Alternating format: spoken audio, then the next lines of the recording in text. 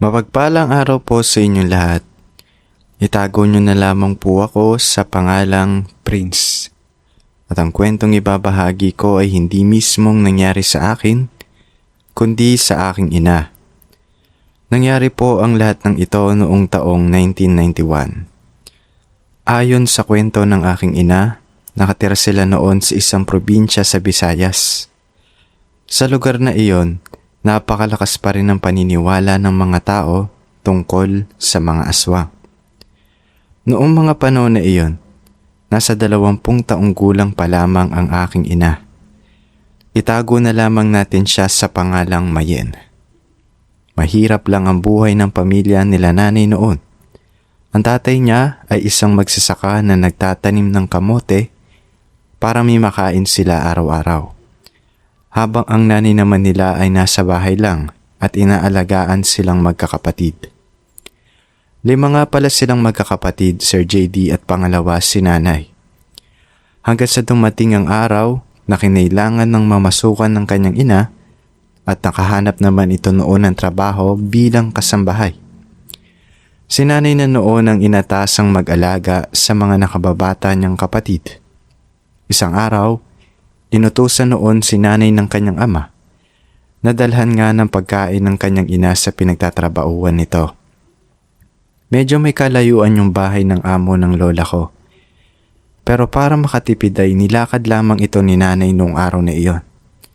Dito na pala magbabago ang takbo ng buhay nila. Doon niya po kasi nakilala si Fernando.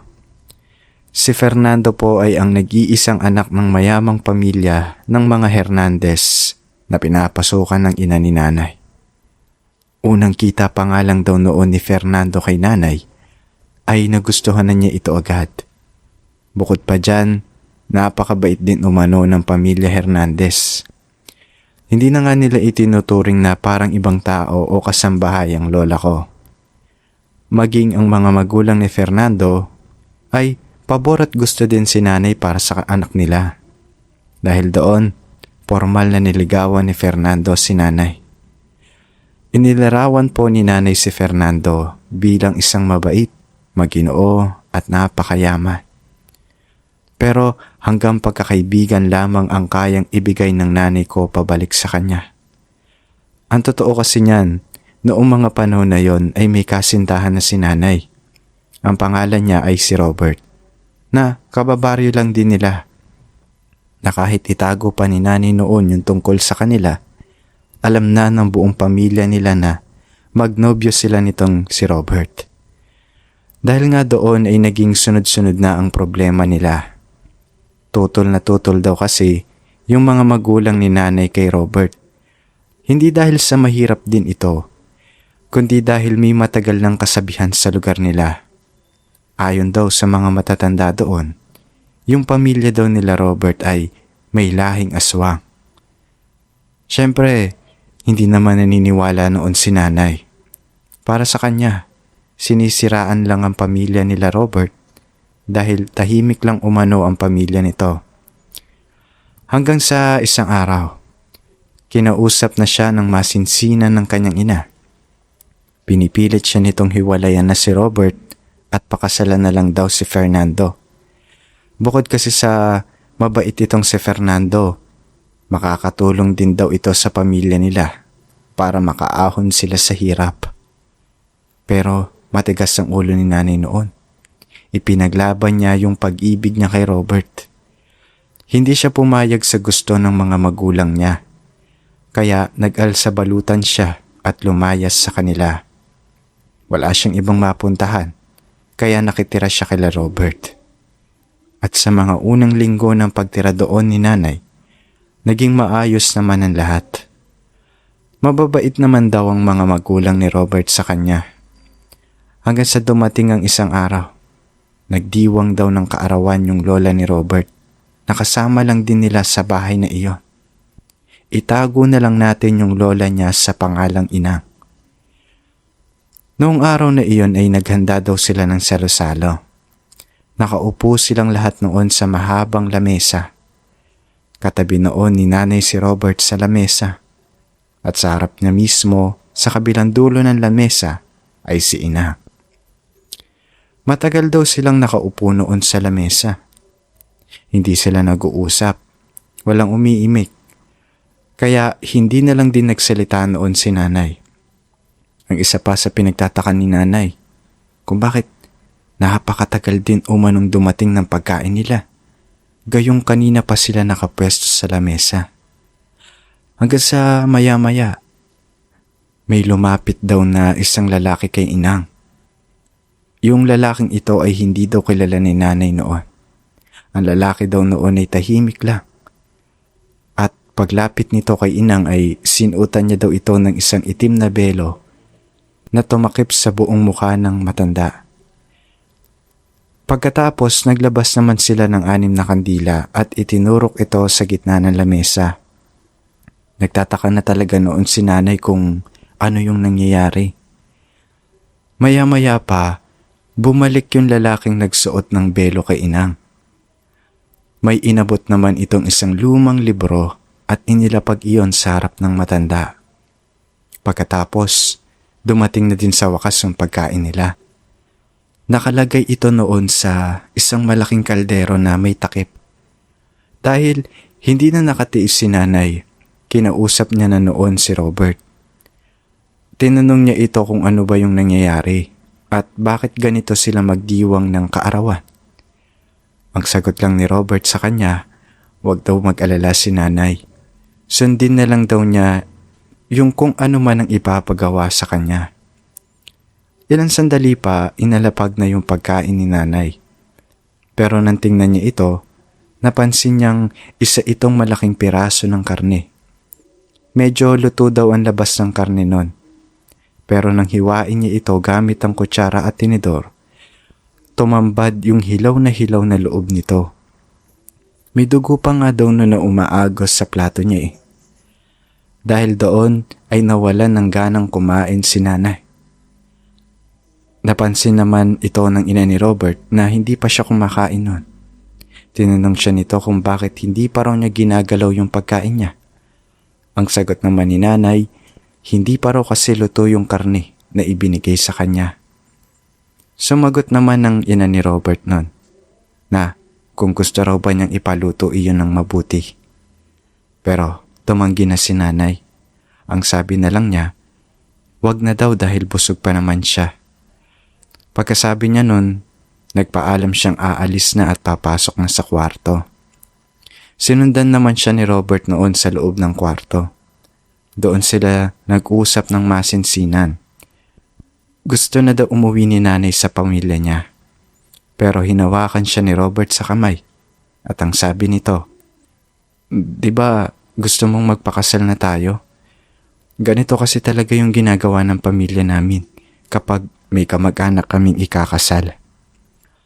Ilang sandali lang ng pag-uusap nila, lumabas sandali si Robert. At pagkabalik nito, may dala na itong isang baso ng tubig. Pinapainom niya noon si nanay para daw kumalma yung pakiramdam nito. Pero bago pa man inumin ni nanay yung tubig, may napansin siyang kakaiba sa tubig.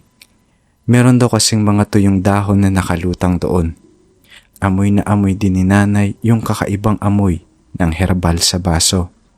Sabi ni Robert, pampakalma lang daw iyon. Dahil nakatitig sa kanya si Robert, walang nagawa si nanay kundi inumin yung laman ng baso. At pagkainom nun ni nanay, pinahiga siya ni Robert para makapagpahinga. Hindi nagtagal, nakaramdam na ng matinding pagkahilo ang aking ina nun at bigla siyang nawalan ng malay. Nang magkamalay, ganoon na lamang yung gulat at takot ni nanay. Nakatali na kasi ang kanyang mga kamay at paa sa 4 na sulok ng papag na hinihigaan niya. May nakapasak din na busal sa bibig niya para hindi nga naman siya makasigaw at walang makarinig sa kanya. Maya-maya ay bigla nanlaki ang mga mata ni nanay nang makita din niyang nakatayo si Inang sa mismong paanan ng kama niya ng mga oras na iyon. May suot pa rin daw itong itim na belo sa mukha. At habang nakatayo noon si Inang sa harap niya, bigla na lamang nitong dahan-dahang itinaas yung belo niya. ibinuka niya ang kanyang bibig at sa harap mismo ng ina ko, unti-unting may lumabas mula sa bibig ng matanda. Isang itim at basang sisiw iyon na walang buhay. Sinapo ito ni inang ng dalawa niyang kamay nang lumabas ito sa bibig niya. Kasunod nun ay bumulong daw ito ng dasal. Maya-maya ay tinawag ni inang si Robert na nasa uluhan noon ni nanay. Inabot noon ng matanda sa binata yung madulas at itim na sisiw. Tapos bigla itong nagsabing handa na daw ang lahat. Tumingin noon si Robert kay nanay at lumapit sa kanya. Tinanggal niya yung telang nakabusal sa bibig ng nanay ko. At imbes na sumigaw, umiyak lang noon ng nanay ko at nagmamakaawa sa kanila. Nagawa pa niyang tanungin si Robert noon kung ano ang ginagawa nila sa kanya. Ang sagot lang ni Robert sa kanya, kung gusto daw talaga ni nanay na pakasalan siya, kailangan niyang lunukin yung itim na sisiw na iyon para daw maging parte na siya ng pamilya nila. Pero umiling si nanay at hindi pumayag noon. Sa huling pagkakataon, itinanong siya ni Robert kung mahal daw ba talaga siya ni nanay. Sumagot naman si nanay ng oo. At kung ganoon, sabi ni Robert, lunukin niya daw yung sisiw. Nanginginig na ibinuka ni nanay ang kanyang mga bibig. Mangiyak-ngiyak niyang hinintay na isubo sa kanya ni Robert yung sumpa. Pero bago pa man maipasok sa bibig niya yung itim na sisiw na iyon, biglang may malakas na sumigaw mula sa labas ng bahay nila Robert. Nang silipin nila kung sino ito, nakita nilang si Fernando. Nagalit ng husto si inang ng mga oras na iyon. Sa mismong harapan ni nanay, kitang-kita niya kung paanong nag-ibang anyo noon ng matanda. Sa isang iglap lang ay bigla itong tinubuan ng mga pakpak sa likuran. Lumabas din ng matutulis na pangil nito sa bibig. At sa isang iglap, bigla itong tumalon mula sa bintana at sinugod si Fernando sa ibaba. Sa labas naman handang-handa si Fernando. Hindi siya natatakot ng mga oras na iyon dahil may dala-dala siyang anting-anting at mga pangontra. May hawak din siyang itak noon at nakasabit sa kanyang bewang ang isang puntot pagi. Walang ano-ano'y sinunggaban ni inang si Fernando. Napakalakas umano ng aswang kaya natumba agad siya sa lupa. Nasa ibabaw na niya noon si inang ng mga oras na iyon at sinusubukang lapain si Fernando sa leeg. Pero habang ginagawa niya iyon, ay bahagyang nasasaktan din ng matanda dahil sa bagsik ng kapangyarihan ng mga pangontra ng binata. Kahit ganon, hindi pa rin nagpapatinag si inang at patuloy na nilalapa siya. Nang akmang ikakagat na sana ni inang ang kanyang matutulis na pangil sa leeg ni Fernando, biglang nakakalas sa tali at nakalabas ng bahay si nanay. Sumigaw siya ng napakalakas na tama na.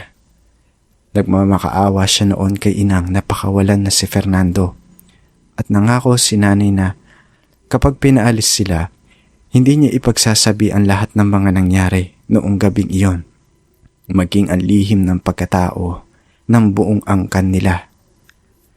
Dahil sa binitawang salita ng nanay ko, napatigil noon si inang.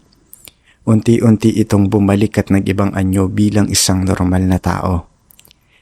Ilang sandali pa, tumayo si inang at nagbitiw ng salita kay Robert na nasa bintana ng mga oras na iyon. Nagsabi ito na binigo daw umano ni Robert yung buong angkan nila. Pagkatapos sabihin iyon ng matanda, pumasok na si inang sa loob ng bahay. Sumunod na rin yung iba pang miyembro ng pamilya nila na nakabantay kanina sa paligid. Si Robert naman ay isinara yung mga pinto at bintana nun. Naiwan noon si Fernando at nanay sa labas ng bakuran. Agad namang nilapitan noon ni nanay si Fernando na nakahandusay pa rin sa lupa. Wala nang malay noon ng binata. Paglapit ni nanay ay nagsabi agad siya na babalik siya kaagad at hihingi lang ng tulong sa mga kalapitbahay. Pero ng mga sandaling iyon, habang hawak-hawak daw niya yung dugoang si Fernando, doon na pagtanto ng aking ina yung kahulugan ng totoong pag-ibig. Si Fernando pala yung tamang tao para sa kanya. Siya ang lalaking handang ibuwis yung buhay niya para iligtas siya. Hindi katulad ni Robert na ilalagay daw siya sa kapahamakan para lamang sa sariling kagustuhan. Doon din kalaunan nalaman ni nanay yung buong kwento ng magkamalay na si Fernando sa bahay nila.